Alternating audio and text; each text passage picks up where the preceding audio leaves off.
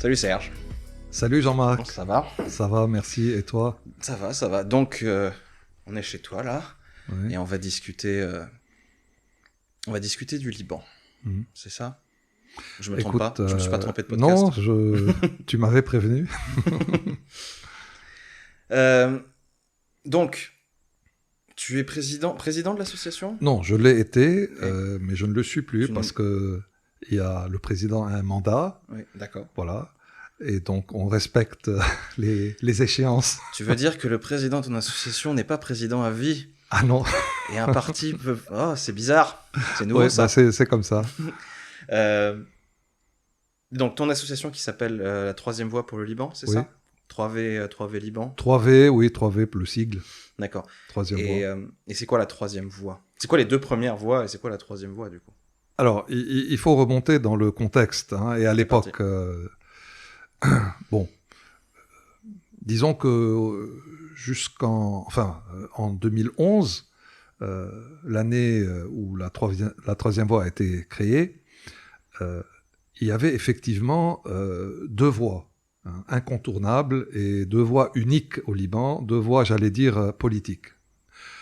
Celle du 14 mars et celle du 8 mars. Le 14 mars regroupait, disons, un certain nombre de partis, hein, et le 8 mars regroupait d'autres partis.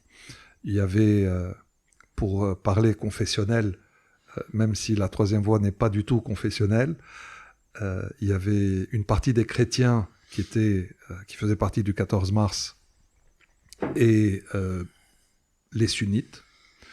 Et le 8 mars, à tes souhaits. Excusez-moi, on va couper ça, mais c'est pas grave. Et le 8 mars, c'est une autre partie des chrétiens, l'autre partie des chrétiens, et les chiites, le parti du Hezbollah. Mm-hmm. J'aime pas dire les chiites, non, parce que tous les chiites ne sont pas Hezbollah, mais voilà, c'est le 8 mars. Mm. Et donc, on n'avait pas le choix. Mm. Donc, il fallait être ou l'un ou l'autre, sinon tu n'es rien. Pardon, je te coupe un petit peu. Recule un tout petit peu le micro de toi voilà, encore un peu. Voilà, parfait, super. Voilà. Pas de souci. Donc, justement, on a voulu créer une troisième voie, mais c'est pas nécessairement le chiffre 3 ou bien une troisième voie politique. Non, c'est plutôt une alternative, en fait.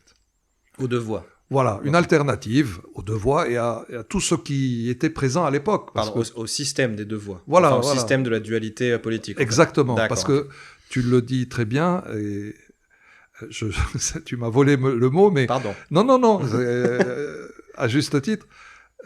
En fait, tout est en dualité au Liban. Tu as chrétiens, musulmans. Tu as chiites, sunnites. Tu as 14 mars, 8 mars. Enfin, voilà, tout est comme ça. Bon. Et ville, montagne, sud, oui, nord. Aussi. Mais il y a des grandes différences. Je vois, ville, montagne, entre les gens qui vivent dans la ville et leurs idées, et leur façon de vivre leur vie, et les gens qui sont dans la montagne ou dans la plaine de la Bekaa, qui sont dans une vie beaucoup plus rurale, et très loin. Mais c'est pas parce qu'ils sont rurales qu'ils sont pas. Ils ont 50, 60 ans de retard au niveau technologique, même quasiment. C'est pas le souci. Je porte pas de jugement. Hein. Je veux dire, c'est les faits. La situation était telle que, voilà, on n'avait pas le choix. Voilà, on n'avait pas le choix. Il fallait être ou l'un ou l'autre, et il n'y avait pas d'échappatoire. Bon. D'accord. Donc, l'idée de la troisième voie, c'est une alternative. C'est qu'il peut ne pas y avoir que ça, quoi. Voilà. Dans tous les domaines, je veux dire, pas seulement politique, hein, parce que la troisième voie, quand elle a été créée, n'avait pas le but d'être un parti politique. Hein. C'est plutôt un think tank et actif. Donc, un think tank actif, voilà. Pour apporter de nouvelles idées, pour faire la promotion de certains thèmes, hein. Et c'est comme ça que la troisième voie a été créée. La troisième voie pour le Liban. En fait, les troisièmes voies existent partout, dans tout le monde, enfin dans chaque pays presque. Hein. Elles peuvent être extrêmes, elles peuvent être centristes, elles peuvent être... elles sont très différentes. Elles sont identiques quand elles existent parce qu'il faut apporter un changement au blocage qui existe dans le pays. Mais dans leur structure, dans leur composition, elles peuvent être très différentes. Voilà. Donc, Voilà, c'est à partir de ce constat, si tu veux, que la troisième voie a été pensée pendant pas mal de temps, hein, jusqu'au jour où, en 2011, le 24 septembre, hein, à 2 jours près, c'est le 10e anniversaire, ouais. Où on a lancé ce mouvement, cette association, cette organisation, cette NGO, voilà. Et le but, après avoir fait le tour de la question, comme quoi nous n'avions pas l'ambition ni les moyens d'être un parti politique, eh bien, nous avons voulu nous attaquer à des thèmes qui nous paraissent très importants et qui peuvent donc améliorer la situation au Liban, améliorer la vie des gens au Liban et apporter une sortie de secours, quoi, par rapport à ce blocage qu'il y avait. Alors ces thèmes, c'est simple, c'est d'abord la citoyenneté, hein, promouvoir la citoyenneté, la notion de citoyenneté libanaise, l'appartenance à cette citoyenneté dans un Liban en tant que tel, dans un Liban uni, dans un Liban souverain, hein, dans un Liban qui est débarrassé, qui devrait être débarrassé de ses ingérences extérieures. Voilà, donc promouvoir cette citoyenneté. Cette citoyenneté face aux multiples identités qu'a le Liban. Et c'est pas une mauvaise chose. C'est une bonne chose d'avoir donc plusieurs identités. On peut avoir des identités religieuses, des identités géographiques, des identités politiques, enfin, you name it. Mais il y a une citoyenneté. Voilà. Et c'est cette citoyenneté qui peut faire en sorte d'unir les Libanais autour de cette citoyenneté-là. Donc penser la citoyenneté, la définir, faire en sorte de la promouvoir, surtout auprès des jeunes, auprès des élèves. Et voilà, ça c'était le premier thème. Le deuxième thème, c'est le dialogue. Nous sommes fervents du dialogue. Nous voulons que des dialogues s'installent. Et évidemment, il y avait plusieurs tentatives de dialogue au Liban qui n'ont jamais abouti. Ces tentatives, elles ont des multiples raisons. Pour le fait que ça n'aboutisse pas, tu vois. Mais il y a des règles, en fait, dans un dialogue. Voilà. Donc, on s'est penché sur ces règles et on en a trouvé quelques-unes. Et là aussi, on les a établies. On en a fait la promotion de façon à ce que si on met en place un dialogue, que ce soit en 2 personnes, que ce soit en 2 partis, que ce soit en 2 communautés, que ce soit, peu importe, que ce soit entre plusieurs communautés, que ce soit, voilà, une table ronde de tous les partis politiques, avec, par exemple, comme modérateur, la troisième voie pour le Liban, hein, eh bien, qu'il y ait des règles de façon à mettre toutes les chances du côté du dialogue pour qu'il réussisse. Voilà, d'accord ? Donc ça, c'est le dialogue. Ensuite, la neutralité. Si on regarde l'histoire du Liban, eh bien, on voit qu'elles sont très peu nombreuses les années où ce pays n'était pas occupé. C'est très récent. Hein. C'est très très récent, la seule fois où on était libre. Ah oui, je veux dire... C'est quoi, c'est 48, 46, je sais plus exactement la date, c'est 46 l'indépendance. Non, enfin, si on doit remonter à l'Antiquité, tu as tous les peuples qui sont passés par le Liban, voilà, surtout c'est l'occupation ottomane qui a duré le plus longtemps. 400 ans, oui. Voilà. Oui. Bon. Mais ça veut dire que ensuite, ce que je veux dire, c'est que c'est très récent qu'on ait un Liban propre, parce que... Mais le Liban n'est pas propre. Enfin... Le Liban est occupé. Le Liban, bon, aujourd'hui, pas officiellement. Pas politiquement, pas militairement. Oui, je suis d'accord. Oui. Donc ensuite, après les Ottomans, il y a eu les Français, ensuite il y a eu les Syriens, ensuite il y a eu les Israéliens, et aujourd'hui, c'est par procuration. bon. Aujourd'hui, c'est tout le monde, par procuration. Par procuration. C'est les Iraniens, les Syriens, les Israéliens, donc les on Palestiniens dit, aussi. Voilà, on se dit, voilà, bon, pourquoi ne pas essayer une neutralité, la neutralité du Liban. À la Suisse, un peu. Un peu à la Suisse, un peu à l'autrichienne, pourquoi pas. Hein.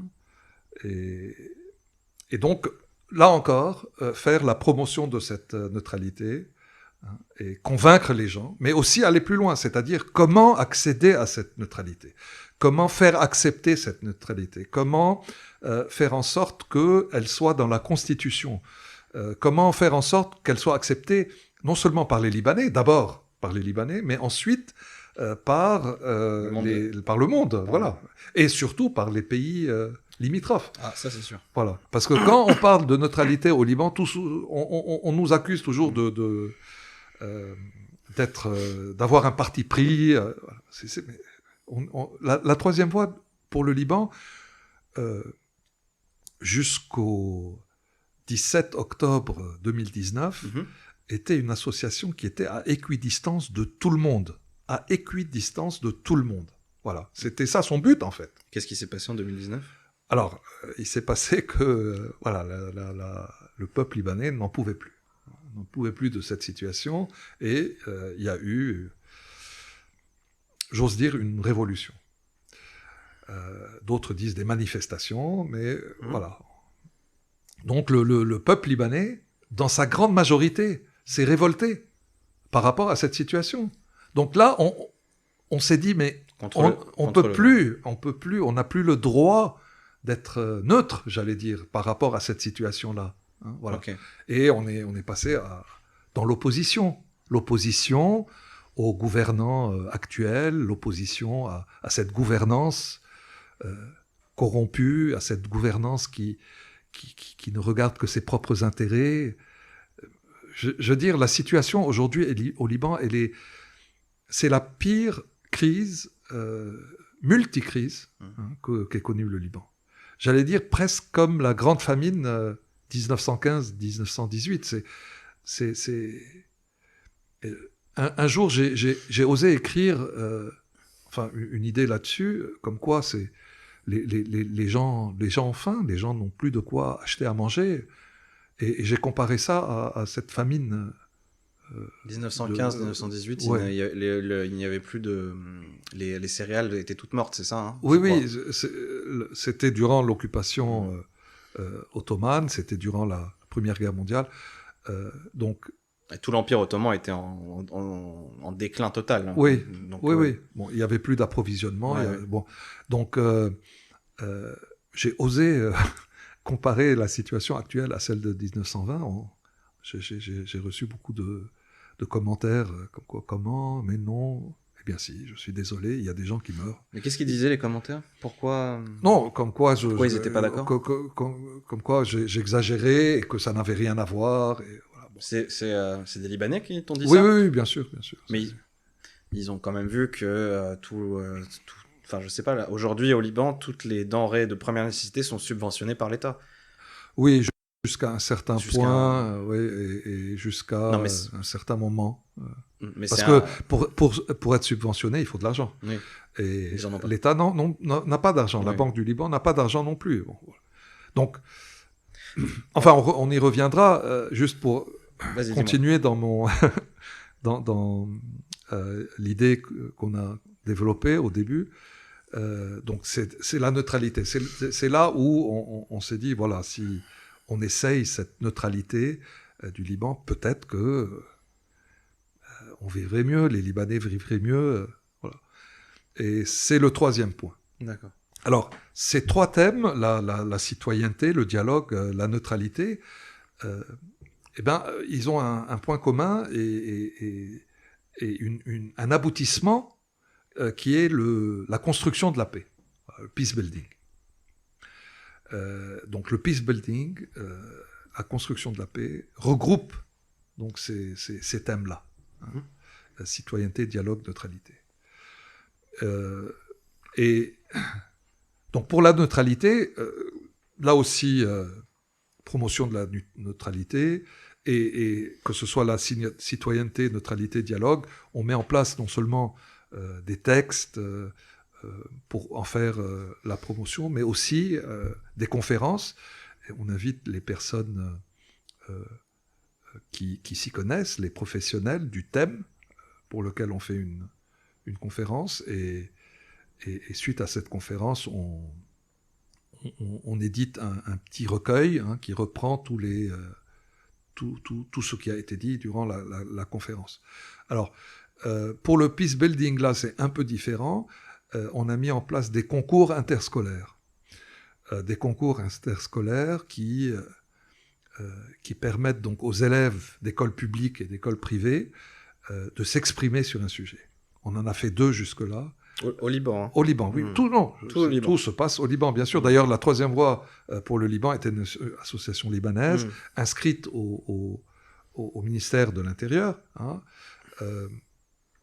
C'est dans quelles écoles à Beyrouth? Il y a eu... Non, dans tout le Liban. Il y a eu plus de 30 écoles qui se sont inscrites au premier concours, autant au deuxième concours. Donc ça regroupe environ 600 élèves. D'accord. Voilà. Les écoles privées libanaises. Privées et publiques. Privées et publiques. Ah oui. Pas le lycée français. Ils n'ont pas participé, eux. D'accord, ok. Bon. Qui est quand même un des plus grands... Non, pas nécessairement. Non, mais ça a une influence... Le lycée français a une influence quand même assez importante, surtout dans la diaspora libanaise. Oui, c'est plus vraiment le cas aujourd'hui, malheureusement, mais... Ah oui. Je suis moi-même issu du lycée franco-libanais. J'ai fait toute ma scolarité dans ce lycée. Mais non, ils se sont pas inscrits. Et ces concours se font avec le soutien du ministère de l'Éducation. Et le premier concours, le sujet donc que devaient aborder les élèves, c'était justement la paix au Liban. Comment vous voyez la paix au Liban? À travers des supports qui sont les photos, les vidéos, les textes arabes, anglais, français, et les maquettes. Voilà. Donc, il faut voir juste comment réfléchir un enfant. C'était les classes de 6e et 3e qui étaient sollicitées dans le deuxième concours. Le premier concours, c'était de la 6e jusqu'à la terminale. Et alors, on s'est dit, les travaux sont tellement profonds, tellement beaux, tellement significatifs, qu'on en a fait une exposition. On a fait cette exposition en 2018, parce que 2015, on a fait le premier concours donc sur la paix. Comment imaginez-vous la paix au Liban? Et le deuxième concours, c'était sur la non-violence. Vous êtes en face d'une situation violente. Comment vous apportez votre concours pour que cette situation devienne non-violente? Et donc, tous ces travaux, nous les avons regroupés et on en a fait une exposition à Beit Beyrouth. C'est un musée de la mémoire et de la guerre qui est à la rue de Damas, juste entre l'ex-ligne de démarcation entre Beyrouth-Est et Beyrouth-Ouest. Et il faut aller voir cette exposition. Enfin, non, elle n'est pas en cours, mais elle est sur le site de la Troisième Voie. Voilà. On ne peut plus y aller maintenant. Non, bien sûr. Aller marcher. Voilà. Alors, voilà l'essence, la quintessence de la Troisième Voie, ce qu'elle fait, ce qu'elle voulait faire jusqu'en octobre 2019. Et ma foi, je pense qu'on a plus ou moins réussi, évidemment, à notre niveau. Et puis, malheureusement, octobre 2019, tout a changé. Je veux dire, octobre 2019, c'est quand l'État est en défaut de paiement de sa dette, c'est ça? Non. C'est quand on commence à voir que ça va arriver. Alors, oui, on commence depuis longtemps à voir arriver, mais il y a eu la goutte qui a fait déborder le verre, c'est en fait la fameuse taxe sur WhatsApp. Bon, oui. C'est anecdotique, mais pas tellement que ça. Parce il y a 50 000 taxes avant qui avaient lieu. Internet est cher. Certains payent encore Internet à la minute, sur les téléphones portables en tout cas. Ouais. Donc oui, c'est comme la taxe sur le gasoil, sur le diesel pour les gilets jaunes en France. Ah oui. C'est la même genre de truc. C'est un truc qui fait que là, ça suffit. Ouais, là, arrêtez de nous... Si j'ose me permettre d'exprimer. Arrêtez de nous pomper le sang. Oui, c'est exactement ça. Non, ça, les gens ont été je veux dire, il y a pas, je pense pas qu'il y ait d'adjectif pour dire combien la population libanaise en a eu ras-le-bol de toute cette situation qui perdure depuis 40 ans. Quoi, puis juste pour l'anecdote, WhatsApp est le système de messagerie que les Libanais utilisent automatiquement. C'est celui qu'ils aiment. Donc non, mais c'est important. Comme partout ailleurs, je veux dire. Oui, mais en France, on l'utilise pas énormément. En France, on a le SMS illimité, tout ça, donc on n'a pas eu de besoin de faire ça. Au Liban, on paye encore les minutes d'appel. Donc, alors oui, ça peut paraître, mais c'est symbolique quand même. C'est quelque chose de quotidien que tous les Libanais ont en commun. C'est la goutte qui a fait déborder le vase. Et c'est unificateur aussi, parce que tous les Libanais, chrétiens, musulmans, bouddhistes, que ce que tu veux, l'utilisent. Je ne sais pas s'il y a des... Non, il n'y a pas de bouddhistes. Il doit y en avoir quelques-uns peut-être. Chez les jeunes communistes, peut-être qu'il y a quelques bouddhistes. Mais... Je ne sais pas, non. Je sais pas. Mais c'est... Oui, donc il y a cette taxe, les Libanais commencent à se révolter et on commence à voir le spectre du défaut de paiement qui arrive. Oui, il est vite arrivé. C'est la première fois que le Liban était en défaut de paiement par rapport aux eurobonds. Et c'est... Je veux dire, comment voulez-vous payer une échéance quand vous n'avez pas de quoi payer ? Bon, vous vous endettez, mais vous vous endettez jusqu'à quel point ? Il y a d'autres priorités aussi. Il y a tellement de priorités que l'État n'a plus su faire face à quoi que ce soit et depuis des années et des années et des années. L'État est dans le déni, en fait.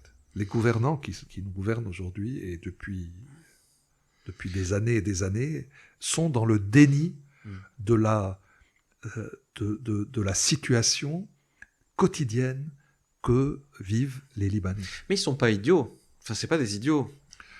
Je ne sais pas. Je ne sais pas. Je veux dire, si, je trouve que c'est totalement idiot, totalement, j'allais dire criminel. Non, c'est criminel. Alors, mais si c'est criminel, justement, c'est peut-être volontaire. C'est ça le truc, c'est que ces gens-là, évidemment que c'est volontaire. Ces gens-là ne sont pas idiots. Je pense qu'ils connaissent la réalité, mais leurs actions ne reflètent pas ça. Par exemple, quand je parle à des Français que je suis libanais, quand je leur dis que je suis libanais, il y a plusieurs réponses. Les jeunes vont me dire j'adore le kafta, d'accord, très bien. Mais les gens de ton âge ou de la génération de mes parents, qui sont français, vont me dire ah tu es libanais, je me rappelle Walid Jumblat. Parce qu'ils l'ont vu à la télé en 82, ils l'ont vu pendant la guerre civile. Donc ils me parlent de Walid Jumblat, ils parlent de Hariri, ils me parlent de tout ça. Et ces noms-là sont encore à l'avant-scène du paysage politique libanais, 40 ans après. Oui. Ça, c'est un problème. Ouais. Et ce que tu dis, ça fait longtemps, ça fait plusieurs années, ça fait plusieurs décennies même que c'est tout ça, toute cette corruption arrive au point où on en est aujourd'hui, un pays qui est ruiné, dont la monnaie ne vaut plus rien. C'est l'image des Allemands en 1929 qui vont au supermarché, acheter leur pain avec une brouette Les Américains, tu veux dire ? Non, les Allemands. 29. Les Allemands, dans les années avant que Hitler soit au pouvoir, ouais. La marque avait dévalué énormément et c'était l'image ils vont acheter du pain avec une brouette de billets parce que tellement le billet ne vaut plus rien, tellement la valeur ne vaut plus rien. Mais cette corruption qui date depuis 40 ans, c'est aussi parce que c'est les mêmes personnes qui sont au pouvoir depuis 40 ans, voire 50 ans. Alors, c'est les mêmes familles, c'est les mêmes idées, c'est les mêmes partis politiques. Et ils resteront au pouvoir encore longtemps, pour la simple raison qu'ils détiennent les ficelles du pouvoir et ils font en sorte de se renouveler. Pourquoi ? Parce qu'il y a un dicton qui dit « on ne scie pas la branche sur laquelle on est assis ». Qu'est-ce que ça veut dire ? Ça veut dire que si jamais ils acceptent les réformes, et c'est ça où les pays occidentaux sont très naïfs, et ils n'ont pas compris ça, ou s'ils l'ont compris, ils jouent leur jeu. C'est-à-dire que comment voulez-vous que la situation, que les actuels gouvernants acceptent les réformes quand, si on fait ces réformes-là, dont un combat contre la corruption, ils iront en prison. Je veux dire, ils vont pas accepter de changer les gouvernants et d'apporter des personnes indépendantes qui, elles, si elles font bien leur travail, surtout par rapport à la corruption et à la justice, fera en sorte de les emprisonner, ces gens-là.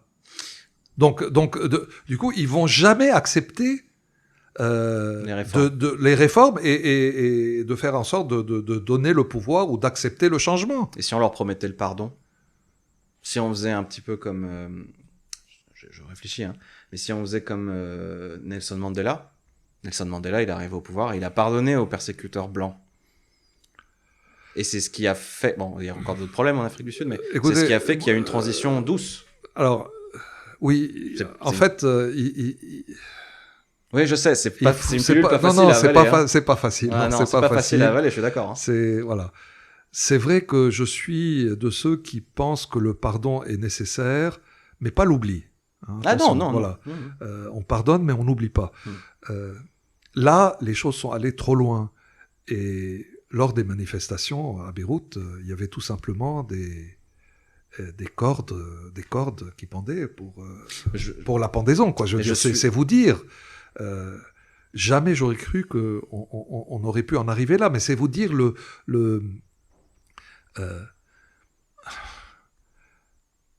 les Libanais, dans quel état ils sont aujourd'hui dans... Je suis impressionné, moi, qu'il n'y ait pas eu plus de violence. Oui, alors effectivement, tu as raison de dire ça. Comment il n'y a pas eu plus de violence et que cette révolution n'a pas perduré pour continuer à arriver à quelque chose. En fait, chaque fois qu'il y a eu des révoltes, eh bien, les forces de sécurité et même l'armée, malheureusement, elle a fait en sorte d'arrêter ces révoltes d'une façon assez violente, assez brutale. Donc les gens avaient peur de descendre dans la rue. Ça, c'est un. Deux, les gens aussi, ils ont d'autres priorités. Ils ont la priorité de se dire comment je vais faire pour nourrir mes enfants demain, comment je vais faire pour remplir de l'essence pour aller travailler, comment je vais faire pour assurer de l'électricité avec mon générateur pour que le frigo continue à fonctionner. Voilà. Et évidemment que les gouvernants ne vont pas apporter des réponses à ça parce qu'ils laissent les gens s'occuper de ces choses-là. Alors, en s'occupant de ces choses-là, parce que c'est une priorité vitale, et en brutalisant les révoltes et les manifestations, ils sont arrivés à leur finalité. C'est de laisser pourrir la situation et laisser la perdurer comme ça. Voilà. Bon. Alors, évidemment, durant ces révolutions, ces manifestations qui ont été multiples, il y a eu des revendications précises. On sait ce qu'il faut faire. Que ce soit côté économique, côté politique, côté social, on sait ce qu'il faut faire. Qu'est-ce qu'il faut faire, du coup? Non, mais juste en gros. Je veux dire, voilà, la Troisième Voie a participé à beaucoup de tables rondes, elle en a fait des textes qui existent sur le site. On mettra un lien sur le site. Oui, pour justement montrer, montrer la voie, VOIE. Oui, parce que la Troisième Voie, c'est VOIX. On est d'accord. The Third Voice for Lebanon, South Atalit li Ajel Lebanon. Voilà, ça c'est en anglais, en français. Et maintenant en espagnol. En arabe. La tercera vez? Non, vez c'est fois. Je sais pas, bon, t'inquiète. Tercera, ça c'est sûr. Donc, oui, c'est connu. Il y a eu beaucoup de gens qui se sont penchés d'abord sur ces problématiques-là. Et c'est bien que beaucoup de gens se penchent et publient des textes avec des solutions, etc. Bon, sauf que je veux dire, ils s'en foutent royalement. Hein, voilà. Alors, ce qu'il faut faire, En fait, nous sommes convaincus que la solution vient de la base, c'est-à-dire du bas vers le haut, c'est-à-dire du peuple vers le Parlement. Ouais. Déjà. Donc, du coup, les élections législatives, c'est le point le plus important, l'objectif le plus important qui est, voilà, qui est très proche. Hein. C'est quand les prochaines élections législatives? C'est en mai 2022. Mai 2022. Ouais.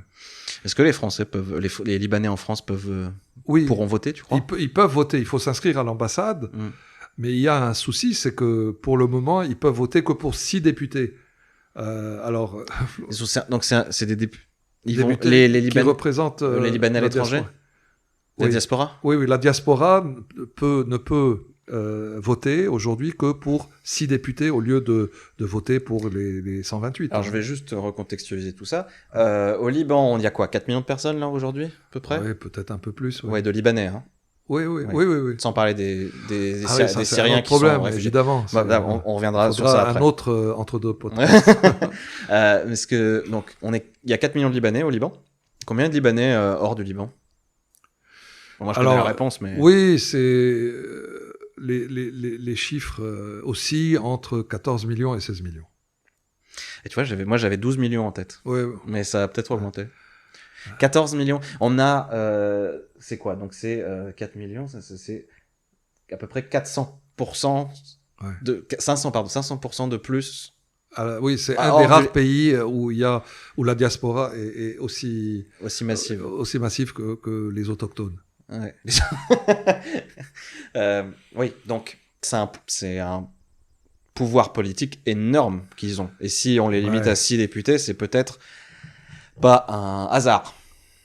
Oui, encore faudrait-il que la diaspora ait une même voix, déjà, ce qui n'est pas le cas. Bah non, mais heureusement. Qu'elles s'unissent. Oui. Heureusement. Mais il y a non, ok, heureusement, mais aujourd'hui, on n'est pas dans un combat politique.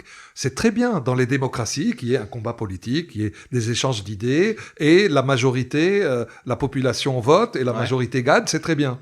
Ok. Mais ce n'est pas le cas au Liban. Ça ne doit pas être le cas au Liban, parce qu'on est dans une situation catastrophique. Donc, c'est joli de dialoguer, oui, mais tu dialogues avec qui? Avec un mur qui va te dire oui, et qui va rien faire derrière. Voilà. Donc, pour reprendre ce qu'on disait tout à l'heure, tu as très justement dit que tu te demandais pourquoi c'est pas aller plus loin. Et oui, on se pose la question. Est-ce qu'il faudrait pas aller plus loin? Est-ce qu'il faudrait pas que cette révolte, je veux dire, soit continue et extrême pour déloger ces gens-là? C'est terrible de dire ça. Mais est-ce qu'il y a d'autres solutions? Oui, l'autre solution, c'est les élections législatives, de façon à ce que les indépendants puissent avoir, donc les indépendants par rapport au gouvernement actuel et au parti actuel, au parti du pouvoir actuel, qu'ils soient majoritaires à l'Assemblée. Mais c'est un vœu pieux. C'est un vœu pieux, ouais. Mais même, imaginons, les élections législatives arrivent et la majorité des députés élus sont des députés indépendants, comme tu dis, des députés qui viennent du peuple. Est-ce que la classe politique et le Hezbollah, notamment, vont laisser faire? Non. Qu'est-ce qu'ils peuvent faire pour bloquer ça? Truquer les élections, mettre en place des intimidations, distribuer des billets aux gens qui sont en détresse en contrepartie de leur vote. Voilà, je veux dire, ils savent ce qu'ils font, quoi. Ils savent comment faire. Alors, tu as plusieurs questions. Les menaces. C'est qui le bras armé du coup de l'État? Quelle menace? Menace de qui? Envers qui? De l'État face à un député, par exemple, indépendant qui serait sur le point de gagner. Quel est le processus que l'État va faire? C'est quoi le bras armé? C'est l'armée, c'est la police, c'est le FSI, donc les renseignements, c'est la Syrie, c'est le Hezbollah, c'est quoi? J'ai dit tout à l'heure, et je répète, je ne veux pas avoir une langue de bois, mais là aussi, je ne suis pas dans le secret des dieux, et je dis ce que moi je sais. Oui, mais et encore. C'est pour ça qu'on est là. Non, oui, mais voilà, ils peuvent truquer les élections, ils peuvent les financer, les votants, ils peuvent intimider ceux qui veulent voter contre eux. Voilà, ça, ce sont les choses. Comment ça se fait sur le terrain Il y a un truc similaire qui se passe au Liban depuis plusieurs années, c'est ce que tu dis, graisser la patte et puis aider les gens en détresse financièrement. Le Hezbollah fait ça dans le sud depuis 2001 à peu près. Hein. Même non, depuis 1982. 1982, pardon. L'État a abandonné le sud du Liban après l'invasion d'Israël, et c'est le Hezbollah qui est venu et qui a reconstruit pour les gens. Oui, c'est très bien, avec des fonds iraniens. Oui. Voilà, bon, pourquoi pas, mais voilà, c'est pas le Liban qu'on veut. Non, mais ce que je veux dire, je suis tout à fait d'accord. Ce que je veux dire, c'est je décris un processus, c'est-à-dire que voilà, donc tu as ce groupuscule, qui est pas vraiment un groupuscule, mais qui ont des idées très proches du terrorisme, voire quasiment terroristes, qui a le soutien de tout le sud du Liban, quasiment. Non, pas tout le sud, non. Une grande partie quand même. Une grande partie des chiites, mais pas tout le monde. Non, mais tu vois, on a par le défaut de l'État, le défaut d'abandon de l'État, ça a permis à une idéologie violente, arriérée pour moi, qui n'est pas du tout en phase avec l'idée même quand le Liban a été conçu, quand la démocratie libanaise, parce qu'il faut le dire, c'est un des rares pays au Moyen-Orient qui est une démocratie à la base. Ouais. À la base. C'est une démocratie parlementaire. Oui, en France aussi. Oui. Non, ce que je veux dire, c'est que c'est pas le président n'est pas élu au suffrage universel. Non, c'est les députés qui. Voilà, c'est ça. Mais c'est pour ça que c'est pas grave. Ils ont ça au Royaume-Uni aussi. Hein. Ouais. Mais donc on a autorisé, parce que l'État n'a pas été vigilant, parce que le gouvernement n'a pas été assez vigilant, on a autorisé une force malsaine à grandir au sein du Liban. Alors le Hezbollah, c'est un problème, mais le gouvernement en est un autre, et les deux, je pense pas qu'il y en a un pour rattraper l'autre, enfin ça c'est mon avis, hein. Et les deux se chamaillent en plus entre le pouvoir, et parfois travaillent ensemble pour le saper aux autres. Est-ce que je me trompe quand je dis ça ? Il y a plusieurs lectures, mais il y a des faits. Et le Liban est tenu par le Hezbollah. Hein. Toutes les ficelles sont tenues par le Hezbollah. Bon, tu disais tout à l'heure terroriste. Bon, pour les Européens, c'est la branche armée qui est terroriste. Mais ça, c'est de la diplomatie. Oui, c'est de la diplomatie, mais c'est bien la diplomatie aussi. Je veux dire, jusqu'à un certain point. Et puis là, ce point-là, il a été franchi parce que la situation n'est plus possible. Donc, c'est fini. Il faut qu'ils se rendent compte qu'ils se sont trompés sur toute la ligne et que ça suffit aujourd'hui. Aujourd'hui, ça suffit. Je veux dire, s'ils ont un iota, un soupçon de conscience, ils se retiraient du pouvoir. Mais ils ne l'ont même pas, ce iota. Ils ne l'ont pas. Je veux dire, donc, qu'est-ce qu'on fait dans ces cas-là ? Mais c'est un crime contre l'humanité, ce qui se passe. Je suis dépité, là. Je suis dépité. On est tous les Libanais, surtout ceux qui vivent au Liban. Ils sont dépités. C'est terrible, ce qui se passe. Ouais. Ça fait combien de temps que tu vis en France, toi ? On n'est pas là pour moi. Hein, non, mais c'est pour oui, je pense à quelque chose. Écoute, je suis venu en France en 86. 86, ok. Je crois que mes parents, c'est à peu près pareil. Et mes parents, ils se sont retrouvés bloqués ici. C'était à cause ils pouvaient plus rentrer pour leurs études. Ils devaient faire quelques études ici et rentrer, ils n'ont pas pu. Non, moi, en 86, j'avais fini mes études, mais je travaillais au Liban. Et puis, la situation au Liban, à l'époque, était tellement ubuesque que je me suis dit, bon, je peux rien apporter à ce qui se passe, donc voilà, je veux penser à mon avenir, fonder une famille, et au Liban, c'est très difficile. Surtout à l'époque. Hein. Oui, et donc, bon, il y avait aussi des complications politiques qui m'ont poussé à partir. Et voilà, c'est un choix. Hein. On n'est pas... On peut être maître de ses choix, mais je veux dire, tous les choix se respectent. Hein, voilà. Oui. Donc, non, je dis ça parce que aujourd'hui, malheureusement, il y a certaines personnes au Liban, et je comprends ça, qui fustigent ceux qui sont partis. Ceux qui sont partis. Ouais. Mais on ne peut pas leur en vouloir. Non. C'est des choix, et les choix sont respectables, quels qu'ils soient, je veux dire, hein, dans la mesure du possible. Donc, voilà, chacun fait selon sa conscience, selon ses possibilités aussi. Voilà. Donc, je suis parti en 86 parce que ça a été un choix. Hein, et jusqu'en 2010, donc je revenais chaque année, bien sûr, j'étais tout le temps intéressé par ce qui se passe. Et en 2010, c'est là où je me suis dit, il faut apporter quelque chose.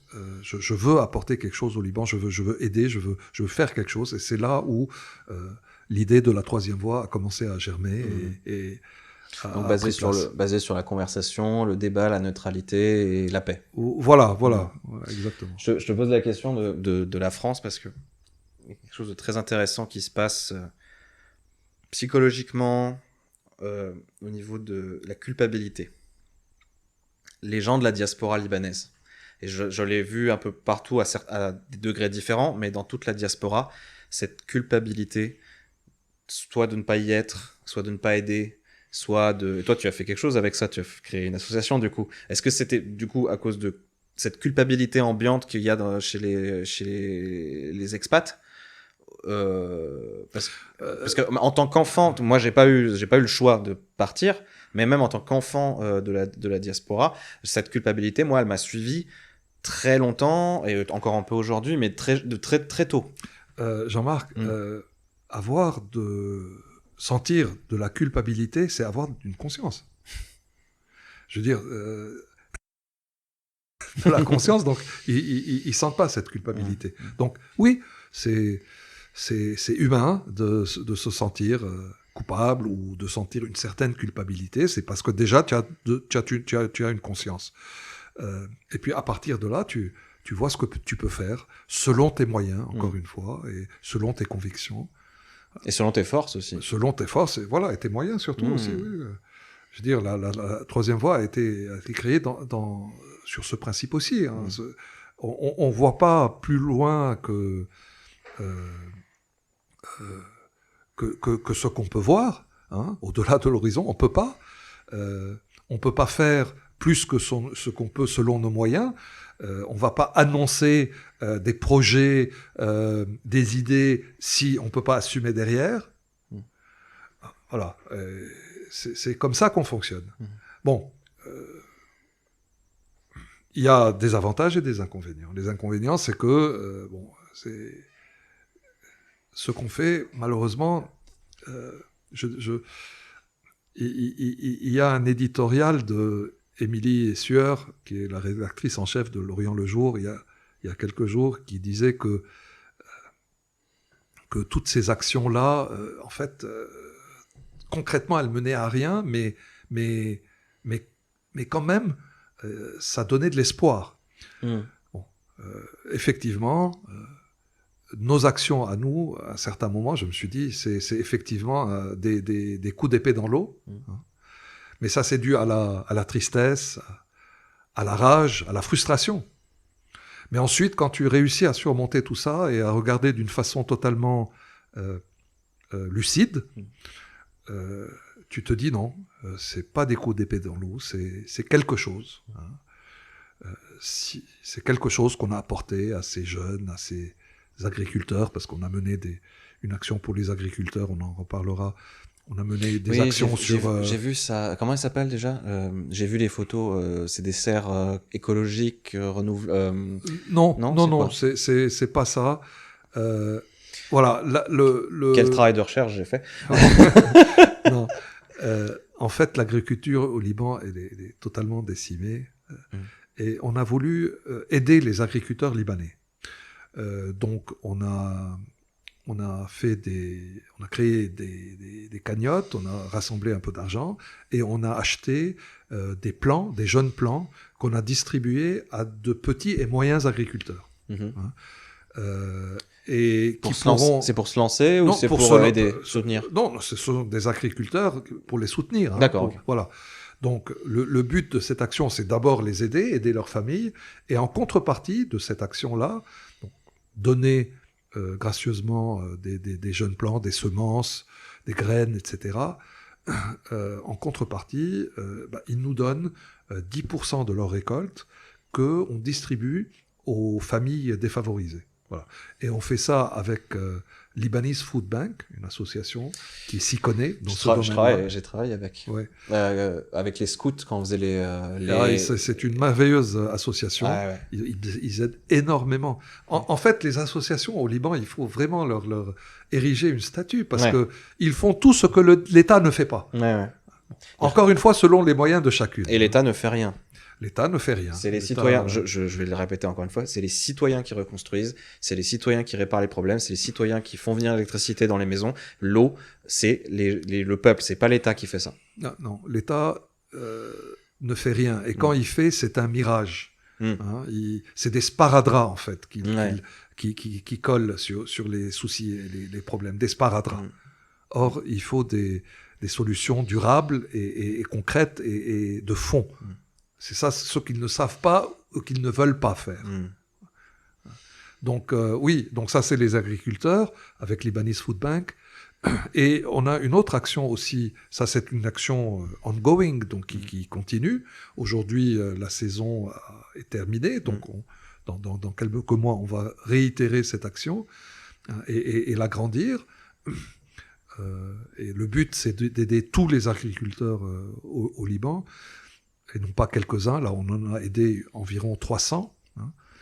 Et une autre action qui est actuelle aussi, qui est en cours, c'est qu'on a choisi un quartier, le quartier de la Quarantaine, au centre de Beyrouth. Enfin, c'est pas tout à fait au centre, mais c'est à Beyrouth. C'est un quartier très défavorisé qui a été soufflé, la plupart des immeubles ont été soufflés par l'explosion du 4 août. Et donc, on aide les habitants en association, là encore une fois, avec les ingénieurs et les architectes libanais. Il y a une association qui s'appelle les ingénieurs et les architectes libanais. Donc tu vois, on s'appuie auprès de professionnels, parce qu'on ne sait pas tout faire, bien entendu, on s'appuie auprès de professionnels pour apporter des réponses concrètes. Donc là, on aide les habitants du quartier à ce qu'eux-mêmes reconstruisent. Donc on leur donne les moyens de le faire, les outils pour le faire, le know-how et aussi le savoir-faire, et aussi comme ils travaillent, on les paye en salaire. Donc voilà les payer en salaire. Oui.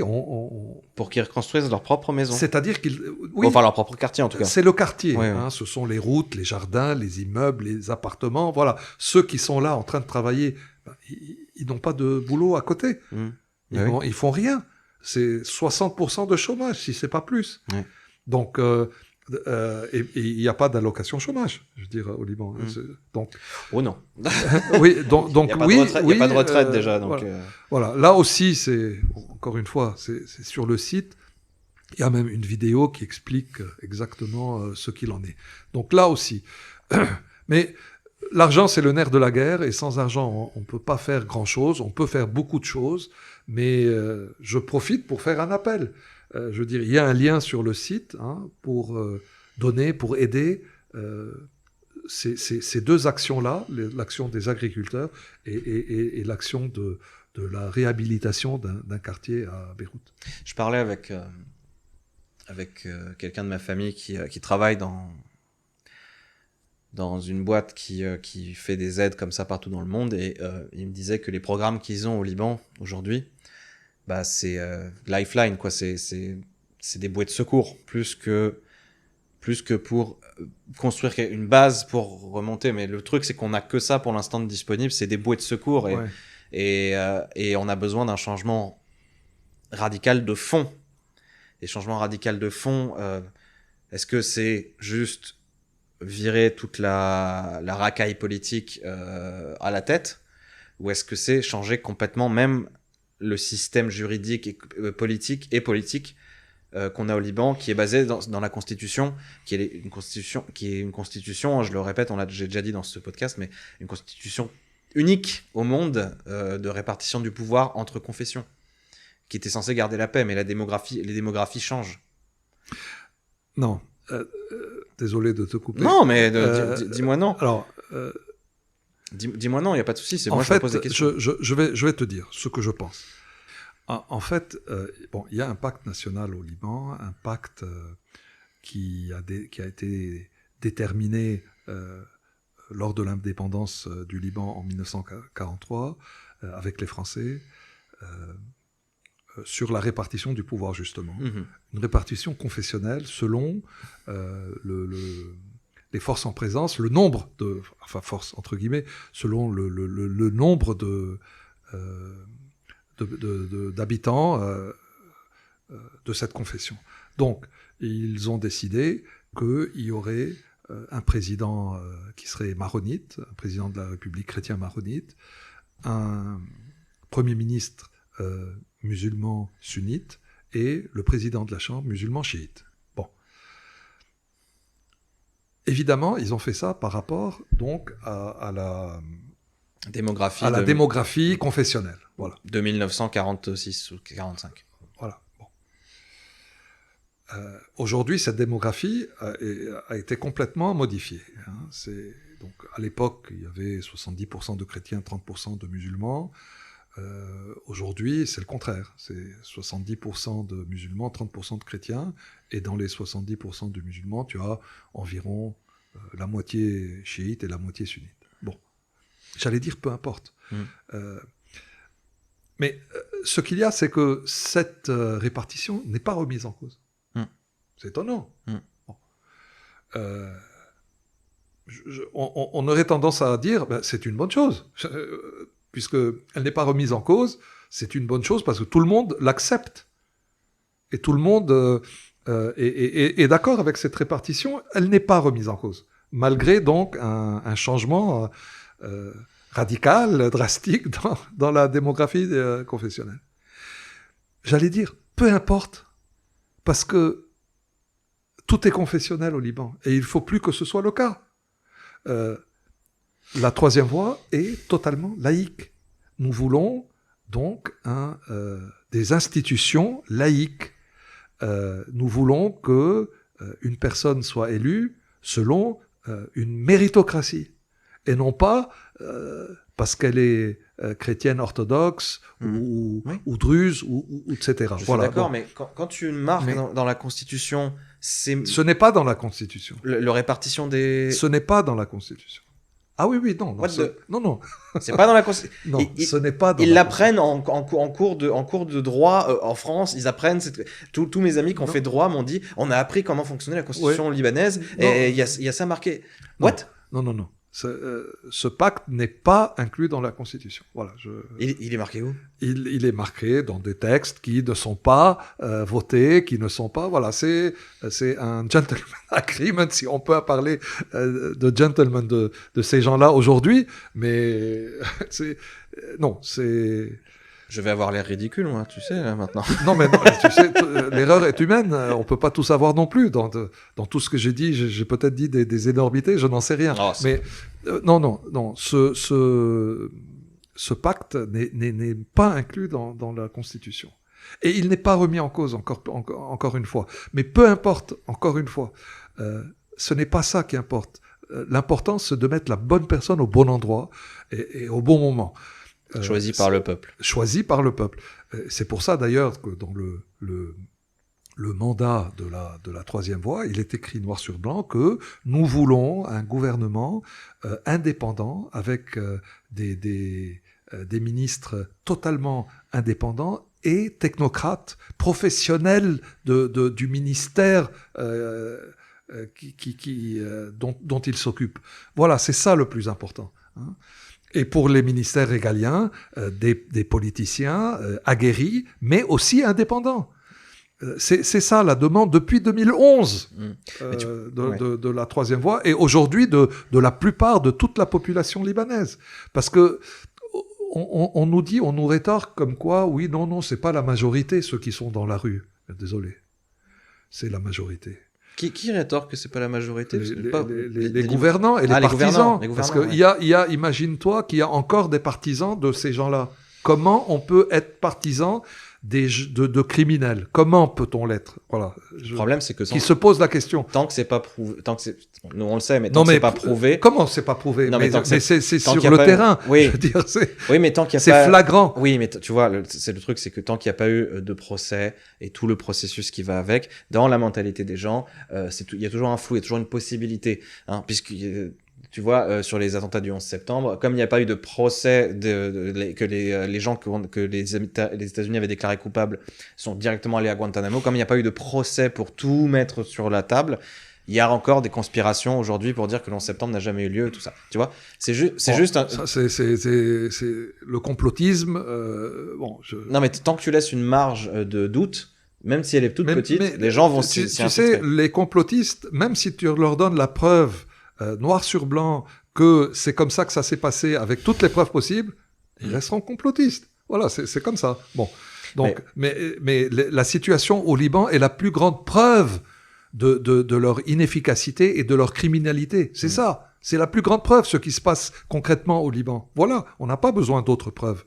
Donc les partisans de ces gens-là, j'espère qu'ils vont avoir une conscience dont on parlait tout à l'heure, qui se sentiront un peu coupables de la culpabilité et qui se disent stop, il faut dire stop. Mais tu vois, si tu promeus une société où l'individu est libre de choisir, libre laïque aussi, ces gens-là ont le droit aussi de soutenir les partisans, même si c'est des criminels, même si le truc de la liberté d'expression, c'est que tu as la liberté d'expression et la liberté de choix permet aussi tu as le droit de dire des conneries, de dire des bêtises. Je vais te dire quelque chose, ça apportera peut-être une réponse. Je suis fondamentalement, intrinsèquement contre la peine de mort. D'accord. Et là, je remets en doute cette conviction concernant la situation au Liban. Mais tu vois, là, c'est te dire. Oui, j'entends, je comprends tout à fait. C'est te dire que je veux bien liberté d'expression, liberté de choisir, mais je veux dire, jusqu'à quel moment ou jusqu'où? Serge, c'est ça. Oui, je comprends tout à fait. Mais tu vois, on est peut-être, toi et moi, hein, pas que toi, mais trop proches aussi du sujet. Peut-être que ça nous atteint trop. Et que du coup, si on veut prendre un pas en arrière et essayer de mettre en place une société, une société des bases où on peut construire à partir de ça, tu vois, tu disais que pour moi, la violence n'est pas le... Même si, dans mon profond... Tu crois pas que j'ai pas envie de mettre une claque à tous ces gars-là? J'ai envie de les prendre... Bien sûr, c'est l'explosion du 4 août. J'ai vu une caricature, quelqu'un qui avait fait un dessin que j'ai trouvé très parlant, surtout pour la diaspora libanaise. Parce que c'est ce que je suis, donc ça me touche moi. C'était quelqu'un devant son écran d'ordinateur avec l'écran qui explose dans sa face. C'est exactement le sentiment que j'ai eu quand j'ai vu les images le 4 août. On a l'habitude, quand on vit en France, qu'on est libanais, quand on vit aux États-Unis, qu'on est libanais, on a l'habitude de recevoir parfois ces petits, sur le smartphone, ces petits tilit, explosions à Beyrouth. C'est arrivé une dizaine de fois en 10 ans, une quinzaine de fois en 10 ans. Et en général, c'est une petite bombe qui explose dans un centre commercial, une petite bombe qui explose dans la rue, un assassinat. Chaque fois tragique, chaque fois difficile à vivre. Mais l'explosion du 4 août, On n'est pas. Moi, je suis parti avec cette idée. Ah, c'est encore un truc comme ça. C'est grave, mais je ne m'en fais pas trop. Enfin, je m'en fais, mais je me fais du souci, mais pas énormément. Et quand j'ai vu les images, ma femme était à côté de moi. Quand j'ai vu les images, elle a vu mon visage se blêmir et chercher frénétiquement les contacts sur le portable. Est-ce que tout le monde va bien? Directement. Allume la télé. C'est pas encore à la télé. Parce que Twitter était plus rapide. Et elle ne savait... Elle a vu les images, elle, et elle n'arrivait pas à voir le... Comment dire? La grandeur de cette explosion. Ouais. La différence. Oui, c'est après coup qu'on se rend compte. Là, le 4 août, c'est Hiroshima. Je veux dire, c'est plus qu'Hiroshima. C'est le Hiroshima libanais. C'est quelque chose, là aussi, c'est la 3e plus grande explosion non nucléaire. C'est énorme ce qui s'est passé. AZF, c'est de la gnognotte à côté. Hein. Évidemment. Mais bon, quand il y a une seule victime, c'est déjà une victime de trop. Mais là, mais ce que je voulais dire, c'est que ce 4 août a été... C'est de la négligence. Ah oui, hein, criminel. C'est criminel. Bon, et aujourd'hui, justement, comme je disais tout à l'heure, on ne scie pas la branche sur laquelle on est assis. C'est exactement la même chose. Le juge qui est en charge de mener l'enquête pour déterminer les responsabilités de l'explosion du 4 août, on ne le laisse pas bosser. Il reçoit des intimidations quotidiennes, très importantes. Et voilà. Pourquoi? Parce qu'ils ne veulent pas que la vérité se fasse, que la vérité explose. C'est la vérité qui doit exploser, et non pas un hangar qui fait plus de 200 morts et des milliers de blessés et des dégâts financiers, dégâts humains. Tout le monde a été touché, tous les Libanais ont été touchés de près ou de loin par cette explosion, qu'ils soient au nord, au sud, n'importe où. Je voudrais réexpliquer un petit peu, enfin pour les gens qui savent pas trop, en quoi ça touche tout le monde, même si c'était localisé à Beyrouth. Ce qui a été touché, c'est le port. Oui, enfin, se toucher, c'est l'explosion s'est faite dans un hangar du port. Donc la capacité, tout est, tu le sais comme moi, tout est importé au Liban. Tout est importé. On ne produit quasiment rien. On n'exporte rien. Donc le port est essentiel. On exporte un peu quand même. Oui, mais disons 80% d'importation et 20% d'exportation. Bon. Les experts diront plus. Non, les experts donneront des chiffres plus exacts, hein, mais c'est environ Mais c'est vital, du coup. Ce port est vital. Évidemment que c'est le seul qui poumon du Liban. Voilà. Donc, autre chose. Le grand bâtiment blanc qu'on voit dans les images, c'est le silo à grains du Liban. C'est les réserves de pain. C'est les réserves de pâtes. C'est les réserves de... Il y a du riz dedans? Je ne sais pas s'il y avait du riz dedans. Bref. Je ne sais pas. Peu importe.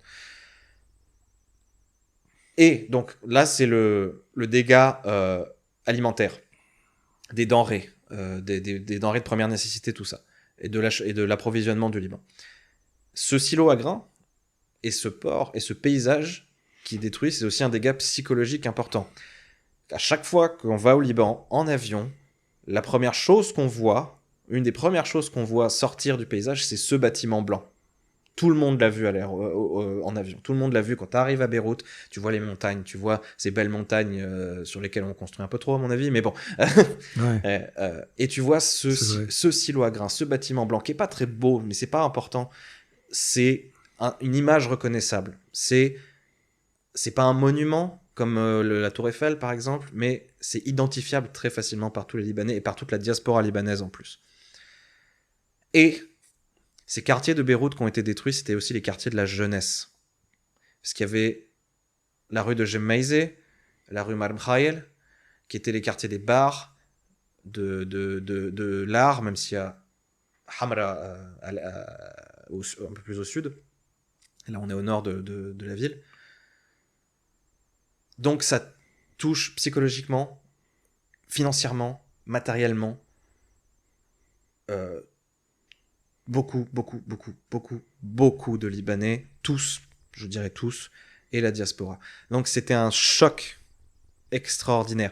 Et il y avait avant ça avant ce 4 août, il y avait des manifestations, des révoltes qui avaient déjà commencé. Donc aujourd'hui, au Liban, on a la crise financière, on a la crise du port, de l'acheminement des denrées, on a le Covid et on a la corruption de l'État. Je voudrais juste dire une chose ici. J'ai dit plein de choses. Peut-être que j'ai certainement oublié de mentionner des soucis que les auditeurs, les spectateurs ne m'en veulent pas, parce que voilà, je veux dire, la situation au Liban est plus que catastrophique, et il faut que tout le monde le sache et que tout le monde puisse aider d'une façon ou d'une autre.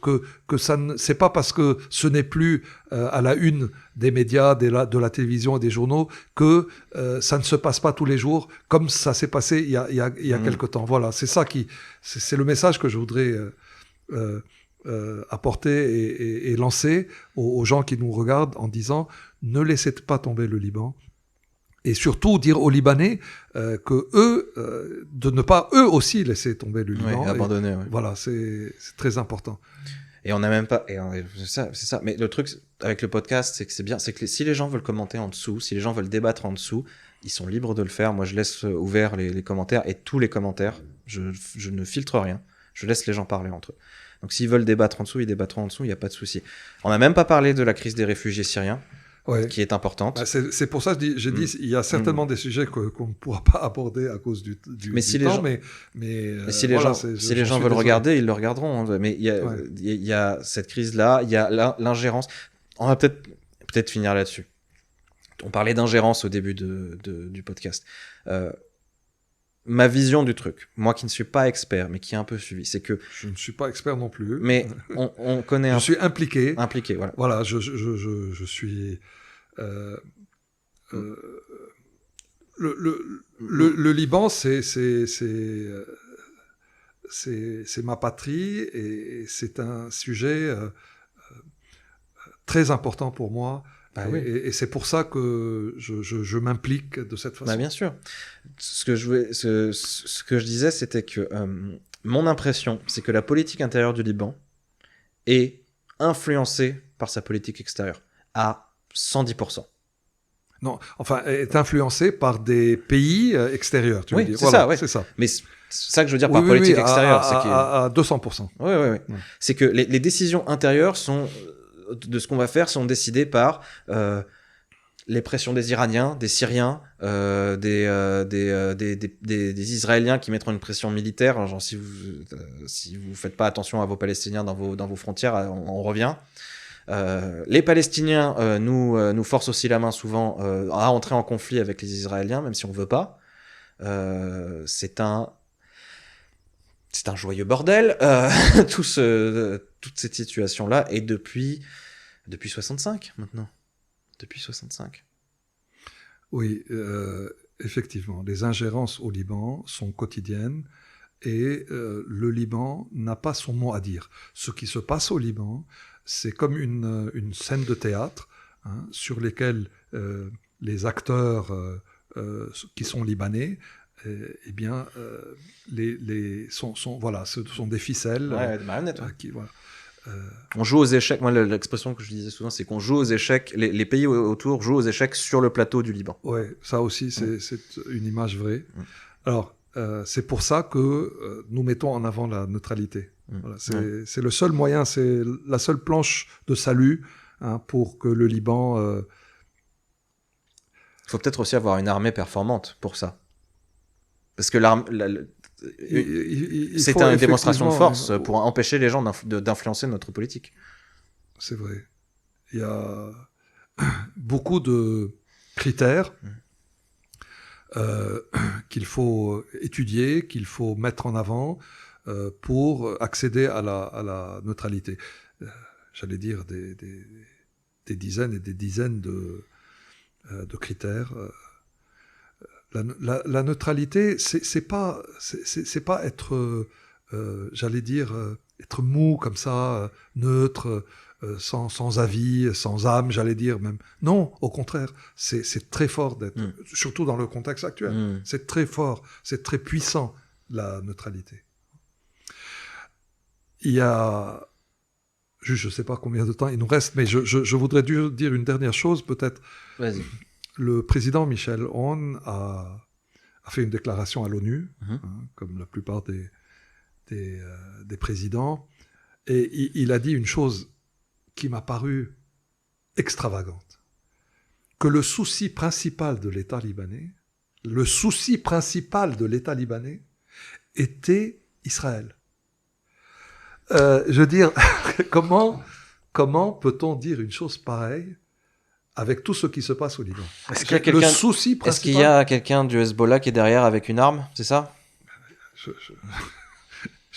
C'est même pas la peine, j'allais dire peut-être. Ah, punaise. Mais non, mais c'est extravagant comme déclaration. Je trouve ça indécent. Ouais. Je trouve ça vraiment indécent de dire une chose pareille. Non, lui et Joe Biden vont faire un club de grabataires, hein, je pense. Hein, avec ce qui se passe au Liban, le souci principal, non, vous vous rendez compte? Tandis que le souci principal, c'est le peuple, c'est la population, ce qui se passe sur le terrain. C'est ça le souci principal. Ouais, c'est fou, hein. Oui, c'est fou. C'est fou. Israël. Qu'est-ce qu'a fait Israël? Israël ne nous a rien fait depuis 2006. Non, je veux dire, c'est pas qu'il nous a fait ou nous a pas fait. C'est pas là. Je veux pas rentrer dans ces sujets. Officiellement, Israël et le Liban sont en guerre. Ils négocient quand même tout ce qui est pétrole et gaz offshore. Donc voilà, c'est une situation ubuesque. Nous sommes pour la paix, nous sommes pour la neutralité, nous sommes pour le dialogue, nous sommes pour la citoyenneté libanaise, qui prime au-delà de toutes nos identités. Voilà. Eh bien, je pense que c'est un bon point pour finir, ça. Si tu veux. Ça a l'air bien. Écoute, je sais pas pourquoi je dis on, je suis tout seul, moi, à faire ce truc. Je vais mettre sur la description de la vidéo les liens importants pour la troisième voie. Voilà, on a donc on a une page Facebook, page du groupe et une fanpage. Tout ce qui est discussion, commentaires, tout ce qui est échange se passe principalement sur la page Facebook. La troisième voie pour le Liban, The Third Voice for Lebanon. Donc c'est là où la plupart des membres, on a 6400 membres et quelques, sur cette page qui commentent, qui publient, et où il y a souvent des échanges. C'est ouvert à tout le monde. La seule chose, c'est qu'il n'y ait pas de l'irrespect et des insultes, c'est tout. Ouais. Il y a le site, il y a Twitter, il y a Instagram également. Instagram, Twitter, on mettra tout ça sur... Je mettrai tout... Ouais, dis donc, je vais pas y arriver. Je pense que je suis plusieurs personnes, et du coup, je vais m'arrêter avant de faire une crise de schizophrénie. Merci Serge. Merci à toi, vraiment. d'être venu chez toi pour que je puisse te filmer et t'interviewer. Et puis, on espère que ça va s'arranger dans les prochaines années parce que ça va mettre du temps. Oui, ça mettra bien sûr du temps. Merci tout le monde. Il ne faut pas perdre espoir. Oui. Merci à tout le monde. Bonne soirée, bonne journée, joyeux Noël et bon Kwanzaa. Allez. Merci.